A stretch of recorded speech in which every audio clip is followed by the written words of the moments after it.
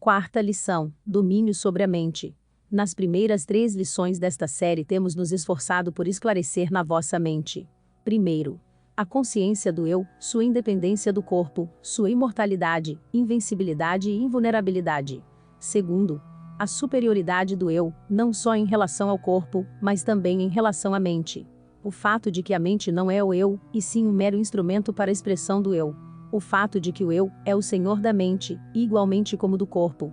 Que o eu está atrás de todo pensamento, que o eu pode pôr de lado, para os observar e analisar os desejos, sensações, emoções, paixões e todos os fenômenos mentais, e, contudo, reconhece que ele, o eu, é distinto destas manifestações mentais, permanecendo imutável, real e plenamente existente.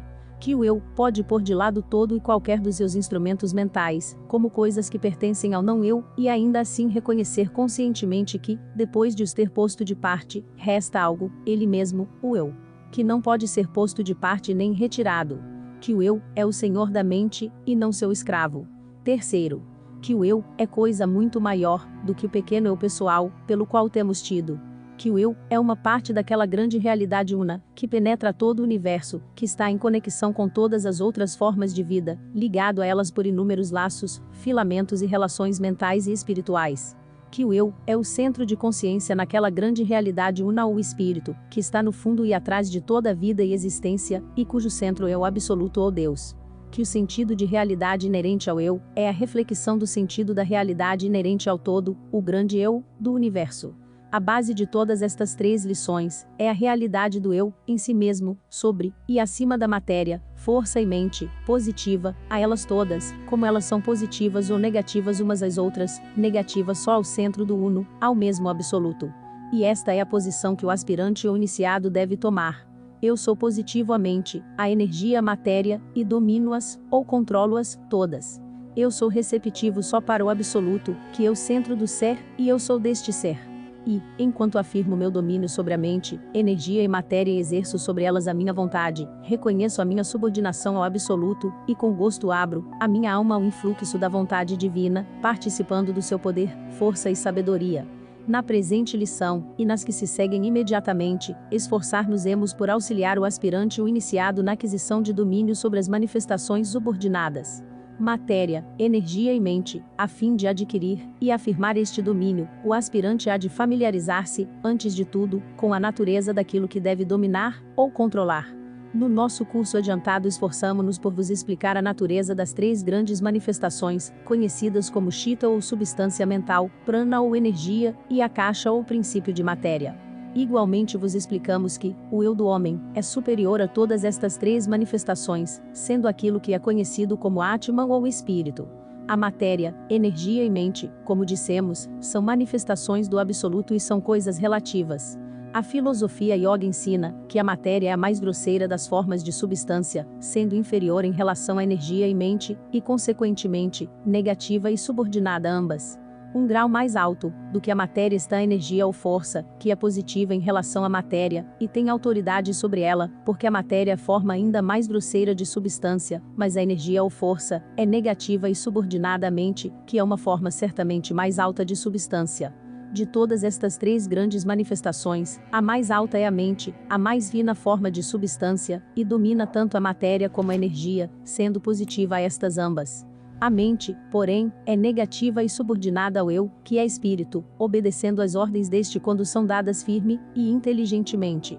O próprio eu é subordinado somente ao absoluto, o centro do ser. O eu é positivo à tríplice manifestação de mente, energia e matéria, tendo domínio sobre todas as 3. O eu, que havemos de considerar como uma coisa separada, para podermos dar a devida ilustração, embora na realidade, ele seja apenas um centro de consciência no grande corpo do espírito, acha-se rodeado do tríplice oceano de mente, energia e matéria, o qual se estende ao infinito. O corpo é apenas uma forma física, através da qual flui uma corrente de matéria sem fim, porque, como sabeis, as partículas e os átomos do corpo estão em incessante mudança, renovam-se, substituem-se, são atraídos e repelidos. O nosso corpo de há alguns anos atrás, ou, melhor dito, as partículas que o compunham, afastaram-se de nós, não estão mais no seu lugar, e formam agora novas combinações no mundo da matéria. e o nosso corpo de hoje está passando e deixando-nos, sendo substituído por novas partículas. E o corpo que teremos no ano vindouro ocupa agora uma outra porção de espaço, as partículas dele são agora partes de inumeráveis outras combinações, e virão, mais tarde, deste espaço e destas combinações para compor e formar o nosso corpo do ano vindouro.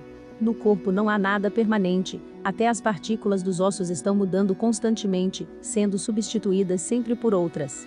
E o mesmo se dá com a energia ou força vital do corpo, inclusive a força do cérebro.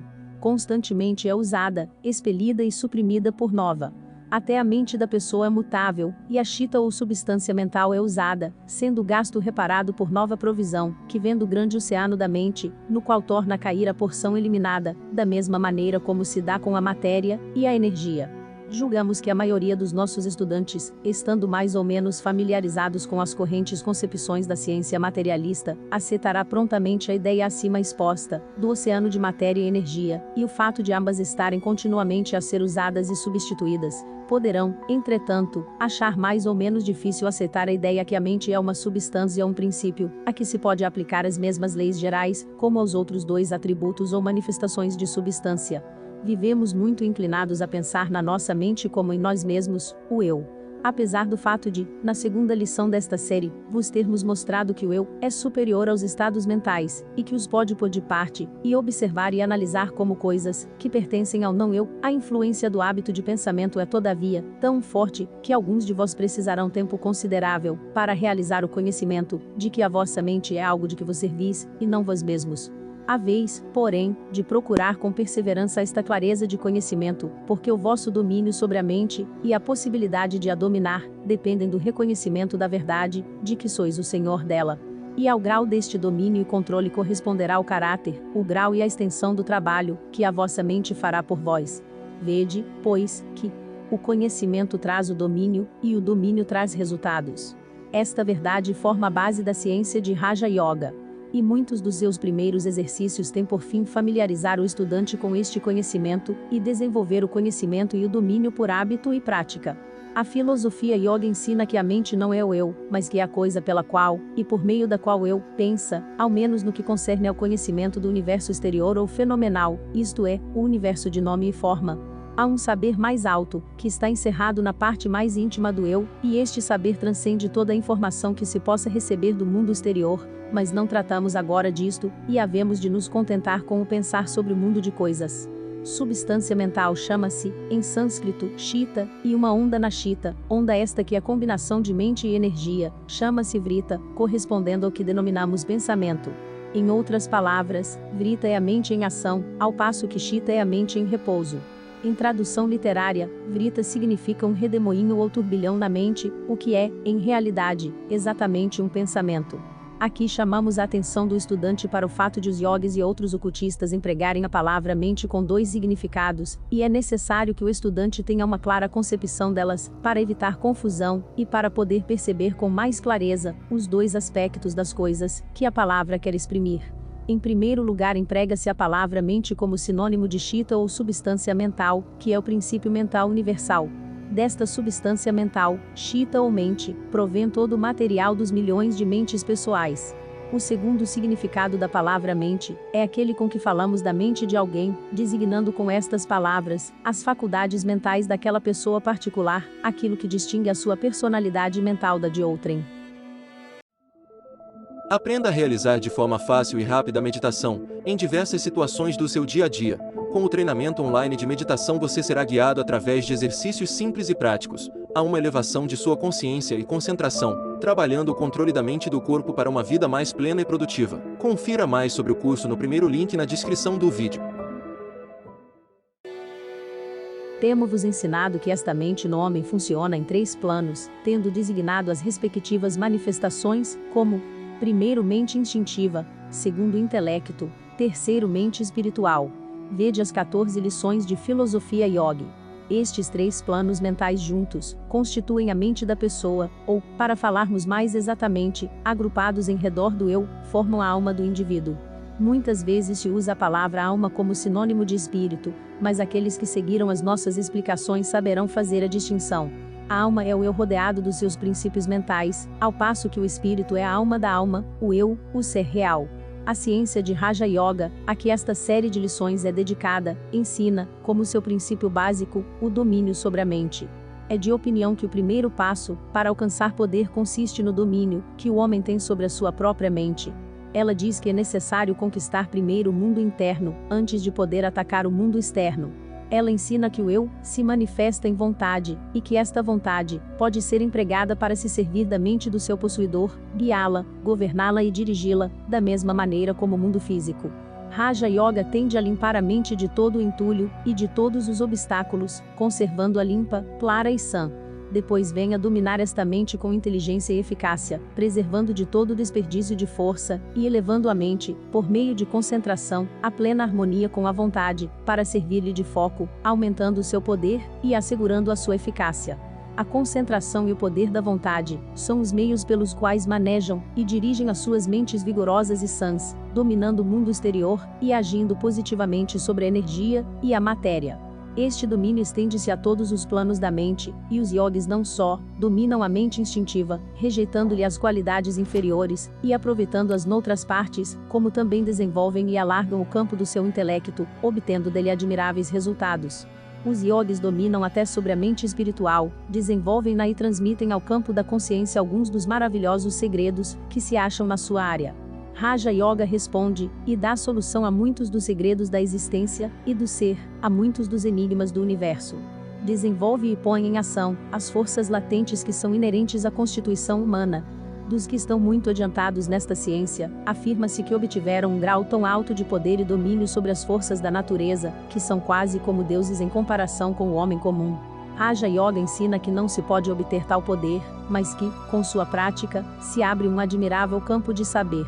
Ensina que, quando a mente concentrada se dirige a uma coisa, ou a um objeto, descobre a verdadeira natureza, e o significado interno desta coisa, ou deste objeto, e o que com ele se relaciona. A mente concentrada passa através do objeto, assim como os raios T passam através de um tronco de árvore, e se vê a coisa pelo eu, como ele é, em verdade, e não como antes tinha aparecido, imperfeita e erroneamente. Assim pode ser explorado o mundo externo, como também o raio mental pode ser dirigido ao interior, para explorar os lugares secretos da mente. Quando nos lembramos de que o pedaço de mente que cada homem possui é como uma gota do oceano que contém, em seu pequenino volume, todos os elementos que constituem o oceano, e que conhecer a gota é conhecer perfeitamente o oceano, então começamos a ver o que significa, na realidade, tal poder. Muitos, que, no mundo ocidental, alcançaram grandes resultados nos campos do esforço intelectual e científico, desenvolveram estes poderes mais ou menos inconscientemente. Muitos dos grandes inventores são yogis práticos, apesar de ignorarem a fonte do seu poder. Quem conhece as características pessoais mentais de Edison, achará que ele seguiu alguns dos métodos de Raja Yoga, e que a concentração era uma das suas armas mais fortes. Igualmente o professor Elmer Gates, de Washington, D.C., cuja mente fez admiráveis descobertas e invenções, é também yogi prático, embora não admita tal asserção, porque não se familiarizou com os princípios desta ciência que chegou inconscientemente. Os informadores dizem-nos que ele escava as invenções e descobertas da sua mente depois de se ter isolado e praticado a concentração e a chamada visão mental.